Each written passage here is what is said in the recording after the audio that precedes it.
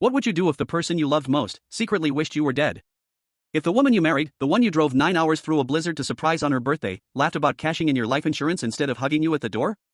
I found out the truth in the most brutal way possible, and nothing in my life has been the same since. You think you know your partner until you hear what they say when they think you're not listening. And trust me, once you hear those words, you can never unhear them. The real question is, do I walk away forever or let her crawl back into my life? Because either way, someone's going to get burned. I'm Noah, 33 years old, and until a few weeks ago, I would have sworn on everything that I had a solid marriage. My wife, Abigail, she's 31. We were that cliché story you see in sappy movies, high school sweethearts, broke up during college to find ourselves, then stumbled back into each other's lives at a friend's wedding. That night, I thought fate had handed me my happy ending. But fate had other plans. The cracks started small. About 6 months ago, Abigail began spending more and more time with her sister, Mia, and this flashy new group of friends. You know the type, people driving cars way out of their budget, flying off on Instagram-worthy vacations they had no business affording, plastering their lives with fake smiles and credit card debt. I wasn't judging, just noticing. That's when Abigail's comments started. Little digs at our life. Our starter home wasn't enough anymore. My career wasn't leveling up. Suddenly, what used to be enough, our 3-bedroom in a quiet neighborhood, 2 reliable cars, a nice vacation every year, wasn't cutting it for her anymore. I kept telling myself it was a phase. People go through phases, right? But underneath it all, I felt her pulling away. And then came her birthday. Midwest birthdays in February are cursed. Cold, snow, cancelled plans, it's never glamorous. But I wanted to do something special this time. Her actual birthday landed on a Tuesday, so she made plans to celebrate that weekend at Mia's place with a spa day and a fancy dinner. I told her I couldn't go. Claimed work was too crazy.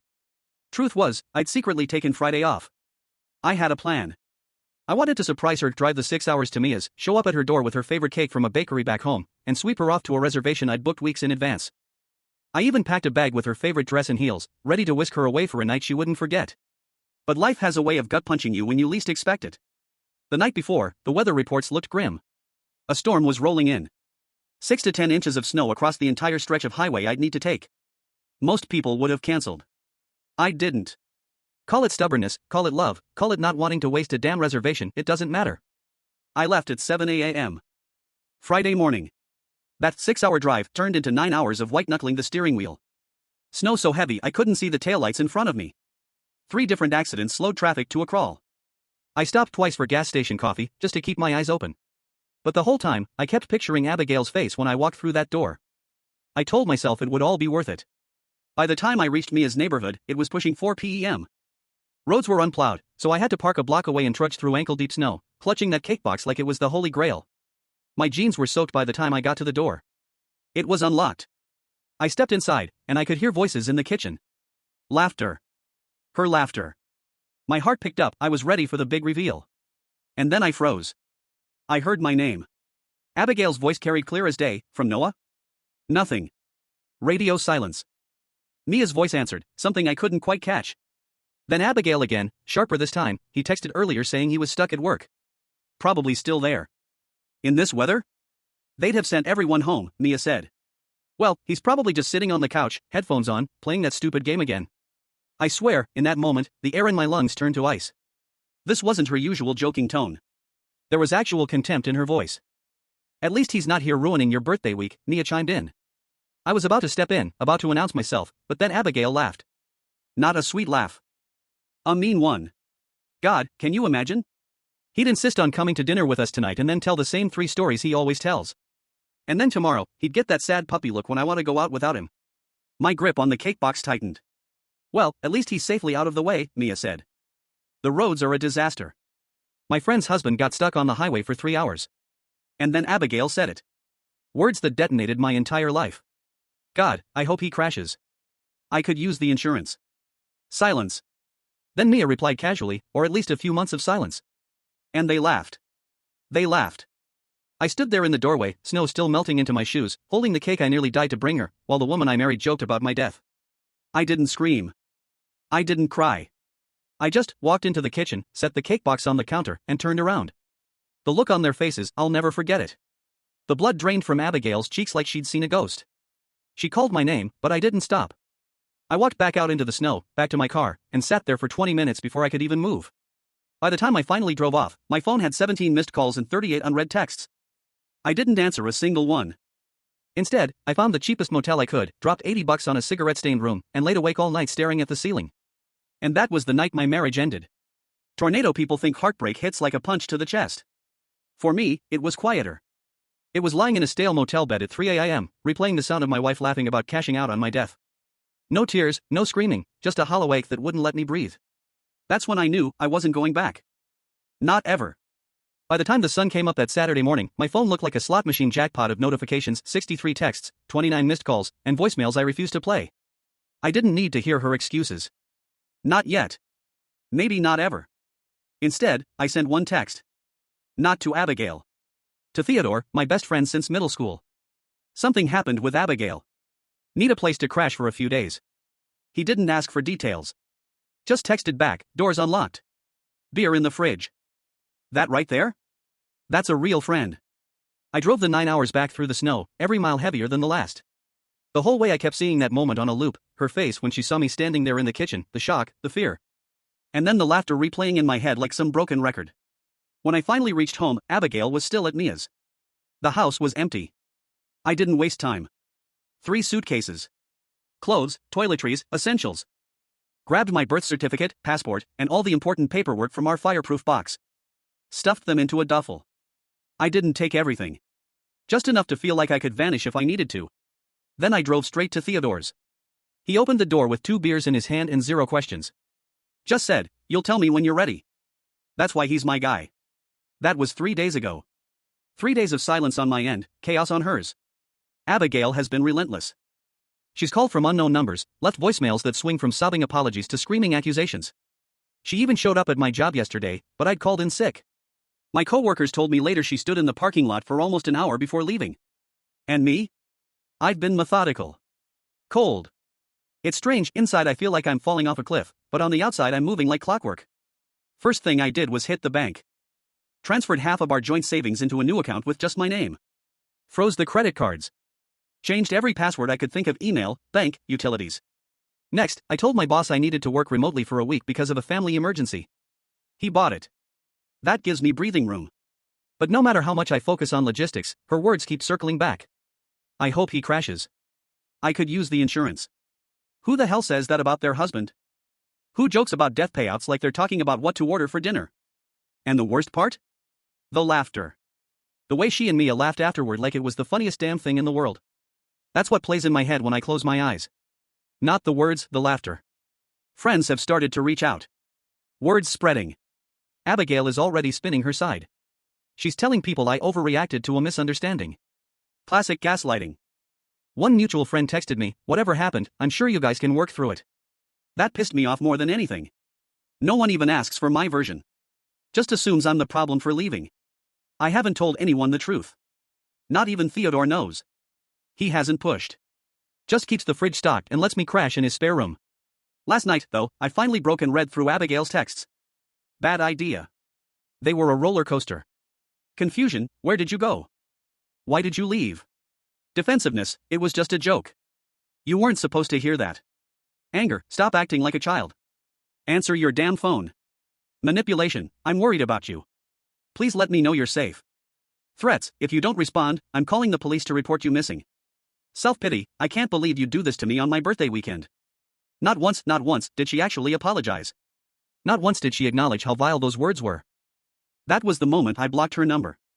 Today, I met with a financial advisor named Milton, a guy a coworker recommended. 2 hours at his office, and I walked out with my stomach in knots. Turns out, Abigail's been bleeding money. $700 to $800 a month on online shopping. A secret store credit card with a $3,000 balance. Even some suspicious cash withdrawals, $300 here, $500 there. Adding up to thousands I can't account for. Milton helped me start the process of untangling our finances. Legally. By the book. Nothing shady. But it means Abigail is about to get a wake-up call. I left enough in our joint account to cover the mortgage and utilities for this month. After that? She's on her own. I'm not trying to ruin her, but she needs to understand, actions have consequences. Still, a small voice in the back of my head keeps whispering, "What if you're overreacting?" And then I hear it again. That sentence. That laugh. And I know I'm not. Theo keeps telling me I'll need closure eventually. Maybe he's right. But right now, I'm not ready to face her. Because if I do, I don't trust myself not to explode. High voltage, they say when a relationship ends, you don't just leave, you erase yourself. And I did. I erased myself from that house piece by piece until it was like I'd never lived there. Except for the one thing I left behind, my ghost in every picture frame, smiling at her from the wall she'd defiled with her laughter. By day 4 of silence, I woke up with a plan. Not a good plan. Not a healthy plan. But one that felt right. I waited until 9:30 a.m. when I knew Abigail would be at work.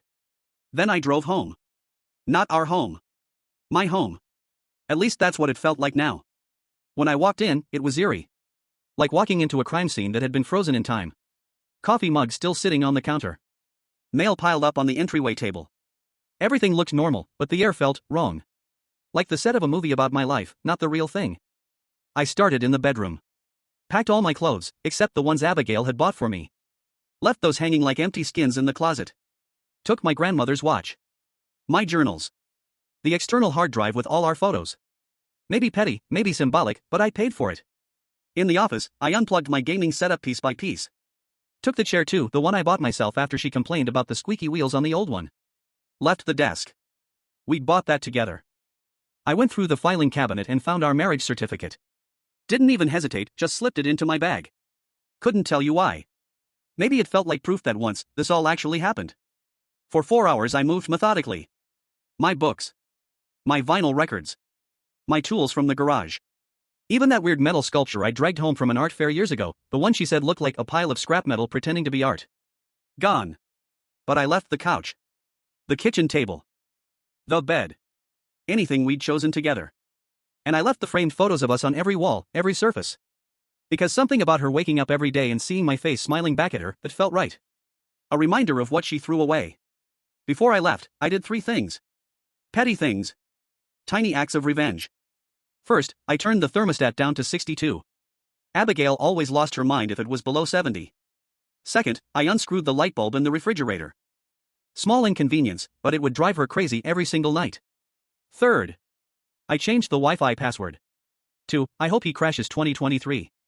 Then unplugged the router. Petty? Absolutely. Satisfying?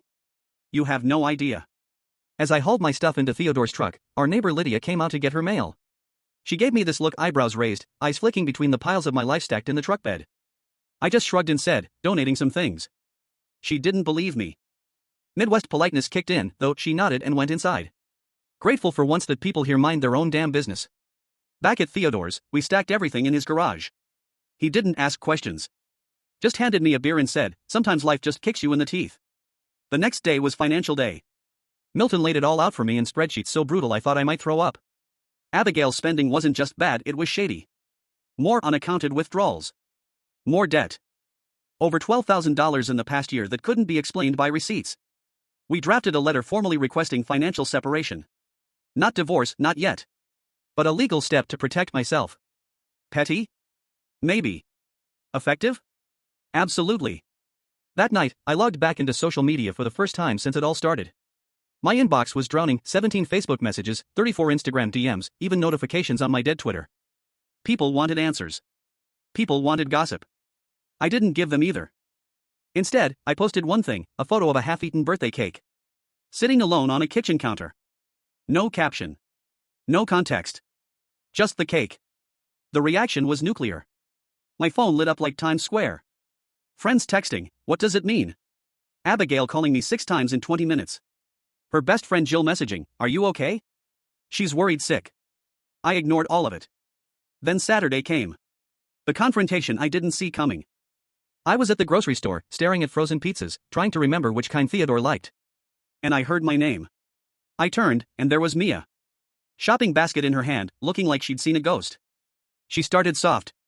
Abigail's worried sick. Everyone's concerned. Won't you please talk to her?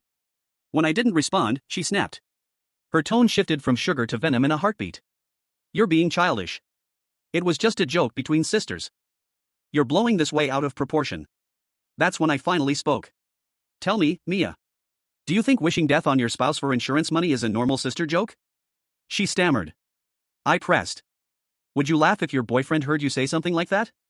Do you even realize the joke was the tip of the iceberg after months of her contempt? She couldn't answer. Just fumbled something about misunderstandings and context. I put the pizza back in the freezer. Left the half-filled card right there in the aisle. And walked out. Petty? Maybe. Satisfying? Hell yes. For 3 hours that night, sitting on Theodore's couch watching the game with his buddies, I almost felt normal. But normal doesn't last. Not in my world anymore. Fire when someone shows you who they are, believe them. But what do you do when the person showing you is your wife, the woman you thought you'd grow old with? Do you still believe her? Or do you fight like hell to pretend she's not who she just revealed herself to be? Sunday was quiet. Too quiet. Theodore had friends over for the game, and for 3 hours I got to sit on the couch with a beer in my hand and almost forget my marriage was in flames. Almost. Then Monday came, and with it, reality. I officially started my temporary leave from work. The house I used to call home sat across town, half empty and haunted.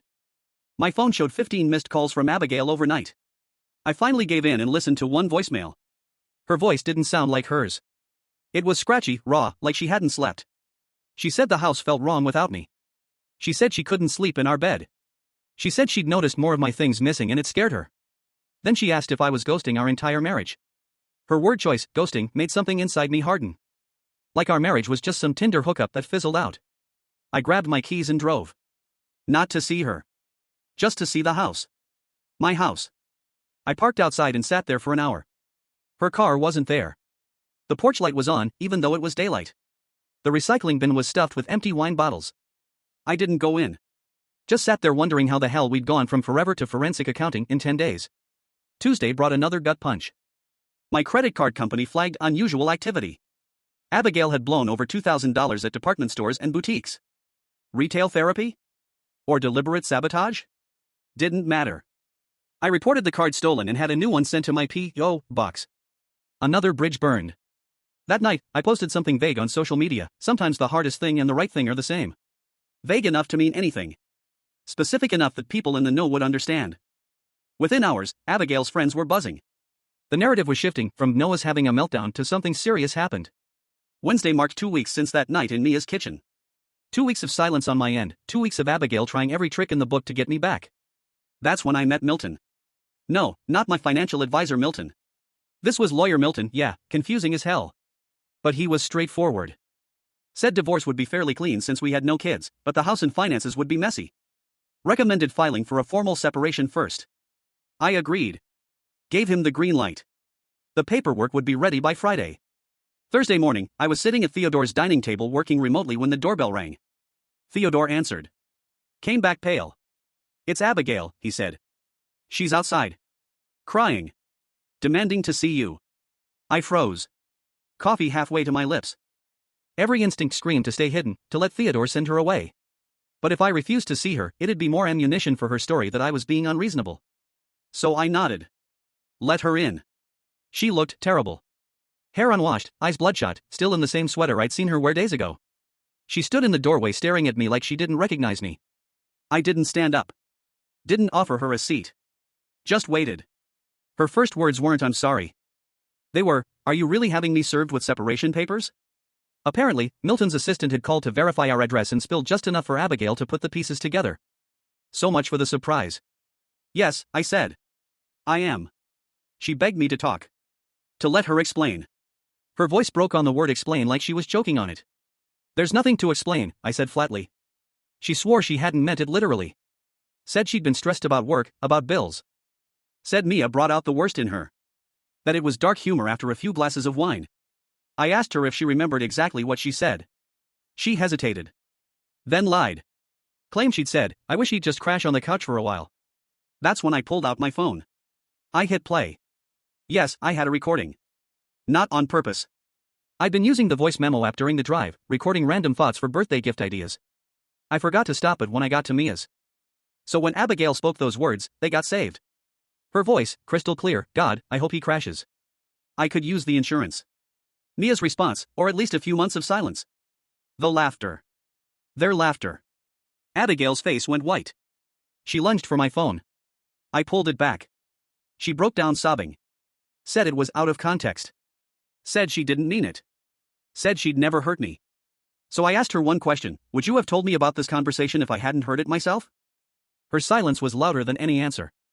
Theodore had made himself scarce when she arrived, but he came back into the room now, awkward as hell, suggesting maybe we should continue this another time. Abigail ignored him. She locked her eyes on me. Then came the performance. Tears. Trembling hands. She listed all the ways she depended on me. How the house felt empty. How she couldn't sleep in our bed. How she'd spend the rest of her life making it up to me. 2 weeks ago, maybe I'd have cracked. Maybe I'd have believed her. But something in me had shifted. For 14 days, I'd been thinking not just about what she said, but why she said it. The contempt that had been building.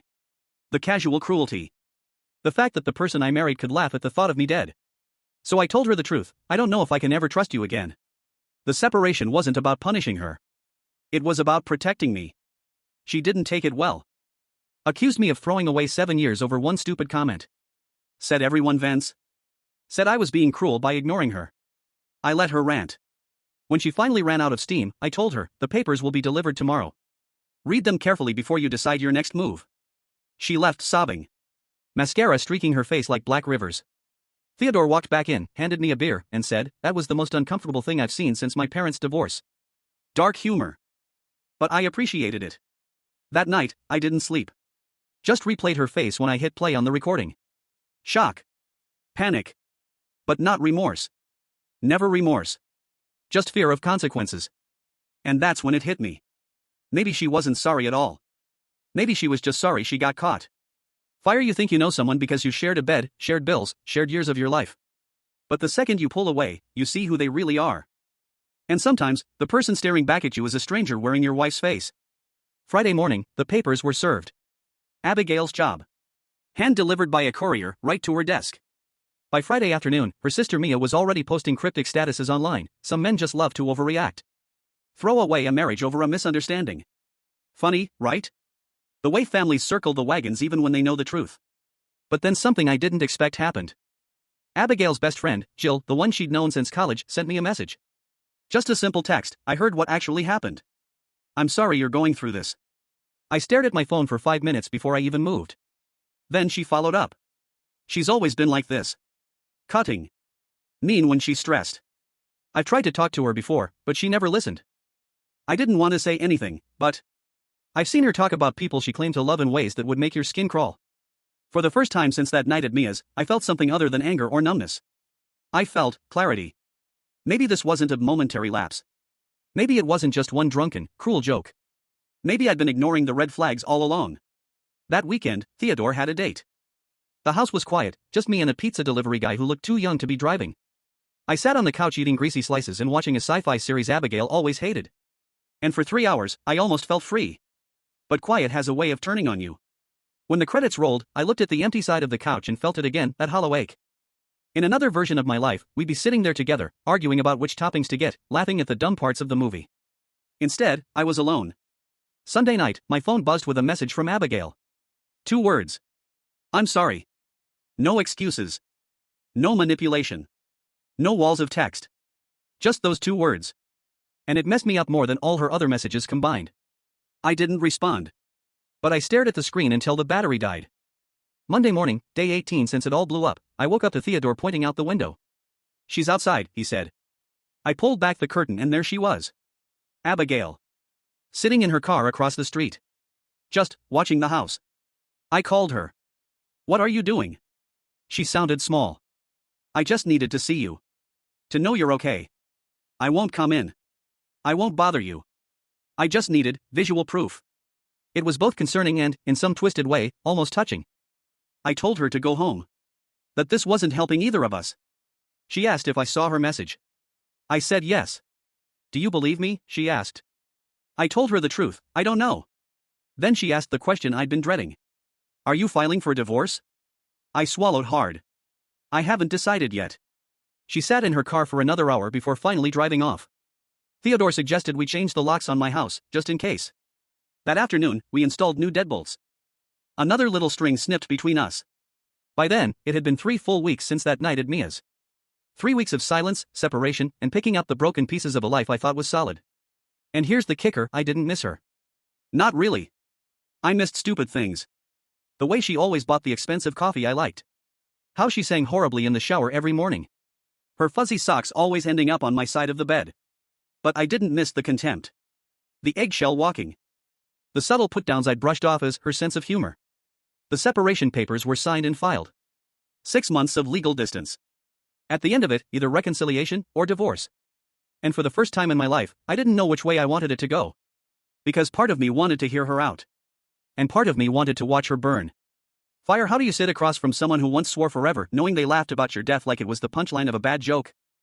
I'll tell you how, with a cup of cold coffee, a clenched jaw, and the weight of 7 years crashing down on your chest. It had been 25 days since I set that cake on the counter. 25 days of silence, paperwork, and more adulting than I ever wanted to do in my life. And then came the text. Can we meet? Neutral place. Just to talk. I don't know why I said yes. Maybe curiosity. Maybe closure. Maybe just to finally look her in the eye and see if she'd flinch when I repeated her words back to her. So I picked a coffee shop downtown. 2 p.m. on a Thursday. Busy enough for background noise, quiet enough that nobody would overhear. I got there 15 minutes early because anxiety makes me punctual. Ordered a black coffee I didn't even want. Sat at a corner table where I could see the door. She walked in exactly on time. Abigail, the woman who used to be late to everything, arrived on the dot. Hair done, light makeup, wearing the blue sweater I'd given her last Christmas. Strategic. Calculated. The first thing she said wasn't hello. It was, I've lost 7 pounds since you left. I just stared at her. Stress weight loss as relationship currency. Classic Abigail move. I didn't bite. Just asked why she wanted to meet. That's when she pulled out a yellow legal pad. With handwritten notes. Bullet points. This woman who once refused to make a grocery list had organized her apology into a goddamn presentation. Her first point, she was sorry. Deeply, genuinely sorry for what she'd said. It was cruel, thoughtless, and she didn't mean it. She blamed stress. Bills. Work. Too much wine with Mia. Her second point, she'd been taking me for granted. Said she got too comfortable in the stability I gave her. Focused on what I didn't do instead of appreciating what I did. Her third point, the past 3 weeks had been a wake-up call. Said the house was too quiet. Said she'd started talking to herself just to hear a voice. Said she realized how much she depended on me, not just financially, but emotionally. Her fourth point, she wanted couples therapy. Already booked a preliminary appointment with some specialist in rebuilding trust after betrayal.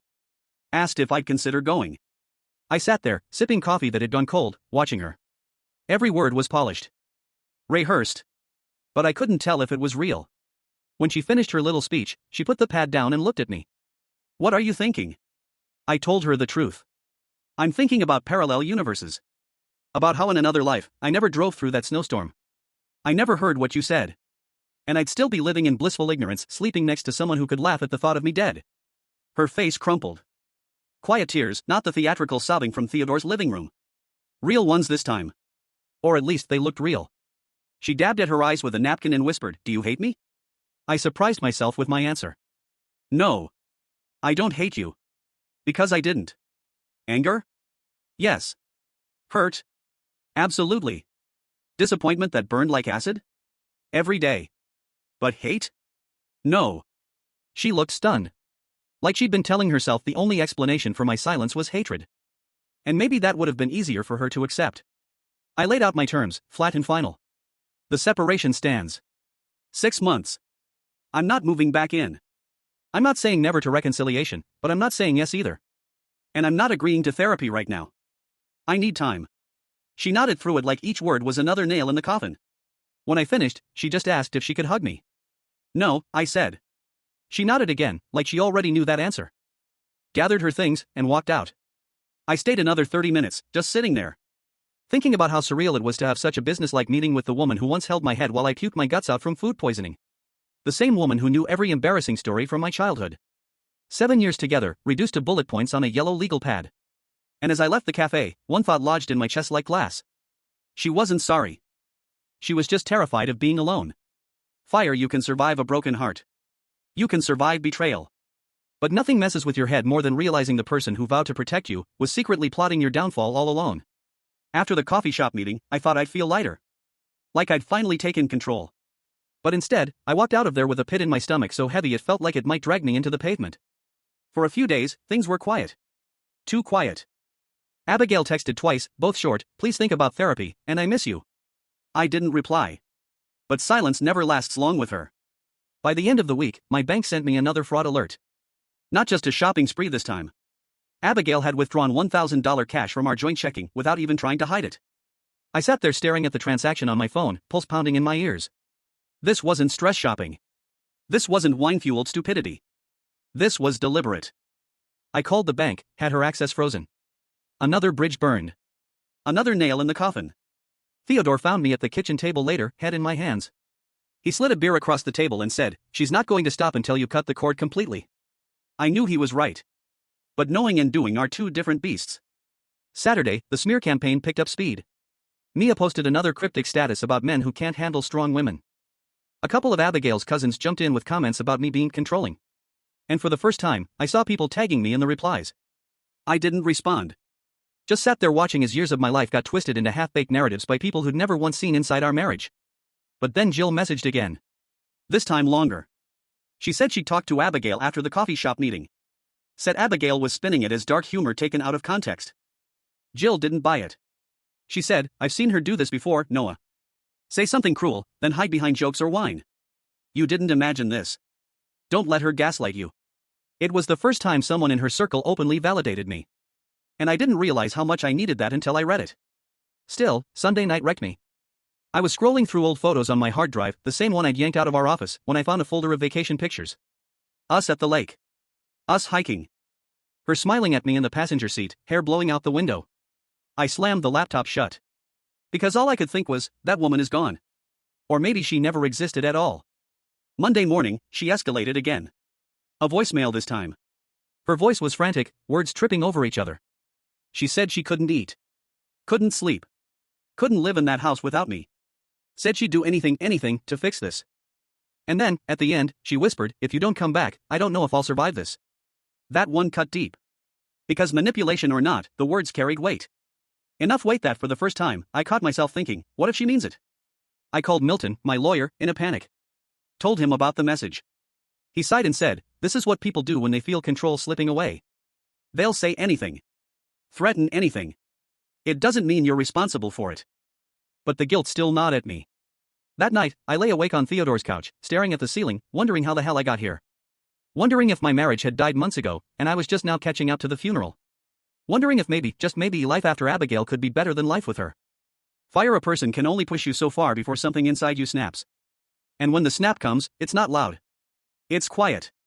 Dead quiet. Like the moment right before a storm hits and tears everything to the ground. Day 23. I thought the worst was behind me. I thought I'd settled into this weird new rhythm, work remotely, crash on Theodore's couch, ignore the storm outside. I was wrong. It was a Wednesday night. Theodore had gone out with friends, so I had the house to myself. I was halfway through reheating leftovers when there was a knock at the door. Not the doorbell. A knock. Sharp. Urgent. My stomach sank. I already knew who it was. When I opened the door, Abigail stood there. No car in sight. Hair pulled back messily, wearing sweatpants and one of my old hoodies she must have dug out of the laundry.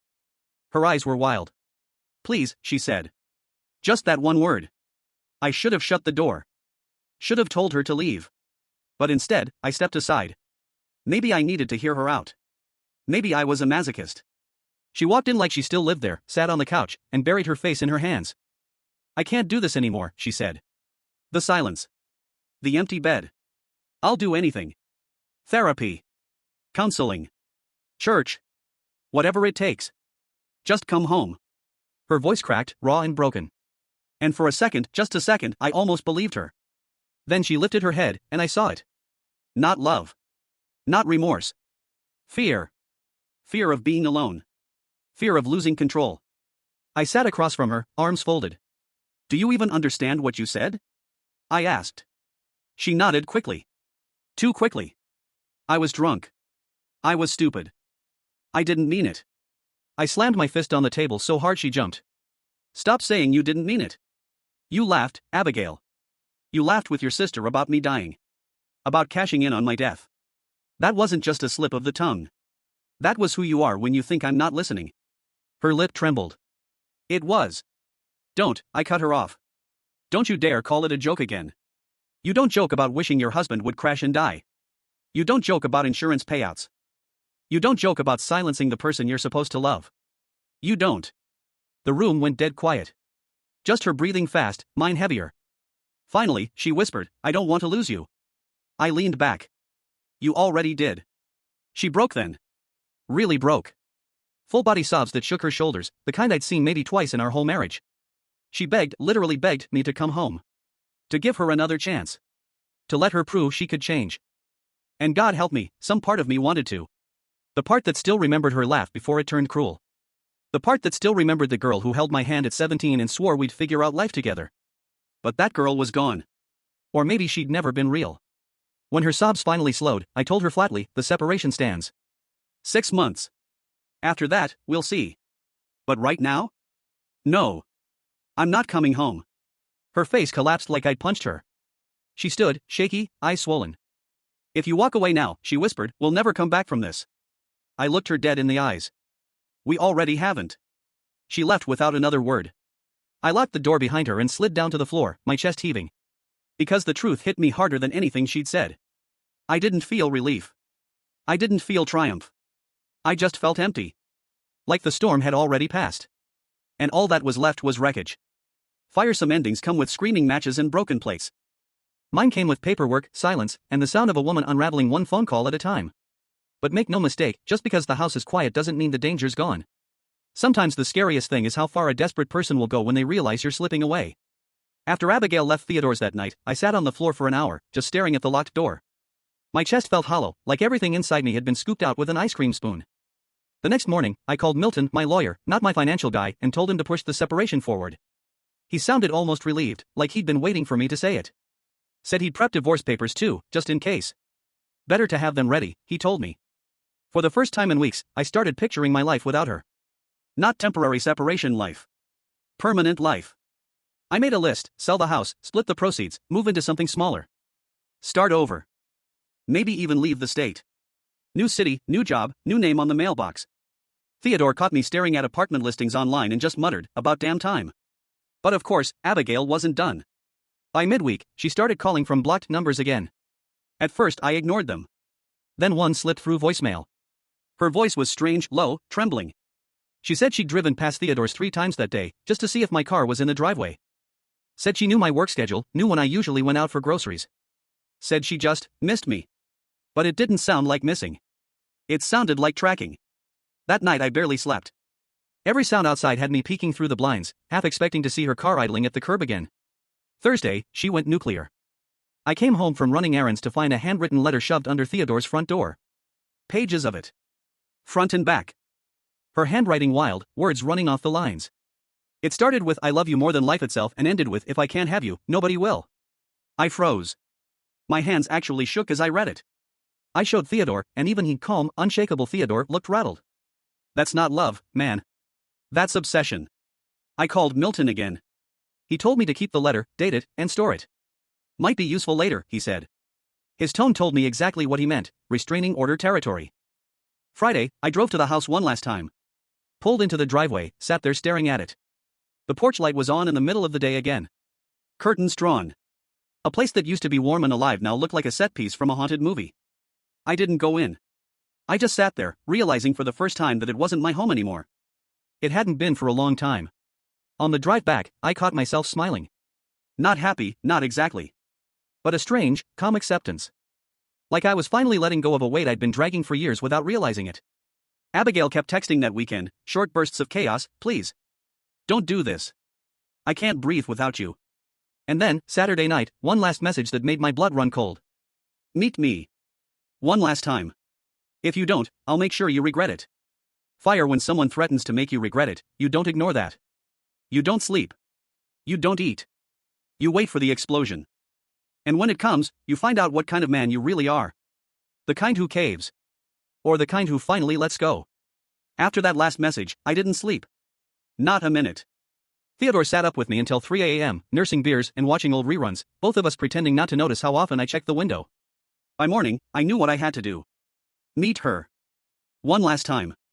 Not because she demanded it, but because I needed to end this on my terms. I picked a diner off the highway. Neutral ground. Broad daylight. Cameras everywhere. Theodore insisted on driving me and waiting in the parking lot. She showed up 10 minutes late. Hair a mess, no makeup, eyes red and puffy. For the first time since this all started, she didn't look calculated. She looked broken. She slid into the booth across from me without ordering anything. Just stared. Noah, she whispered, please don't do this. I folded my hands on the table. You don't get to tell me what to do anymore. She flinched like I'd slapped her. Then the flood started. She begged. She promised. Therapy, counseling, even moving states if I wanted. Said she couldn't survive without me. Said I was her whole world. I listened. Not because I wanted to, but because I needed to. Needed to hear every last word before I finally cut the cord. When she finally ran out of air, I leaned forward. Do you even realize what you did to me? You laughed about my death. You made a joke about cashing in on my life insurance. That's not love.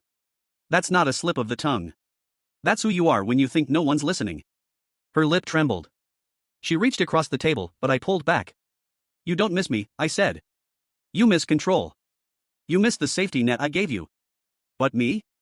You never loved me. Not really. Her face hardened then. The tears stopped. And for the first time in 25 days, I saw the real her. Cold. Calculating. You'll regret this, she said quietly. You'll regret throwing me away. I stood up. Dropped a 20 on the table for the untouched coffee.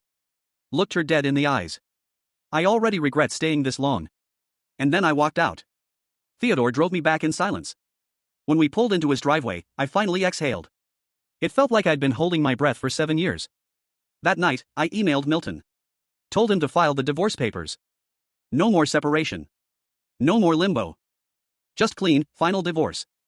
The next morning, I woke up lighter. Not happy. Not healed. But lighter. Because for the first time in almost a decade, my life was mine again. High voltage final update, Abigail tried calling twice more. I blocked her everywhere.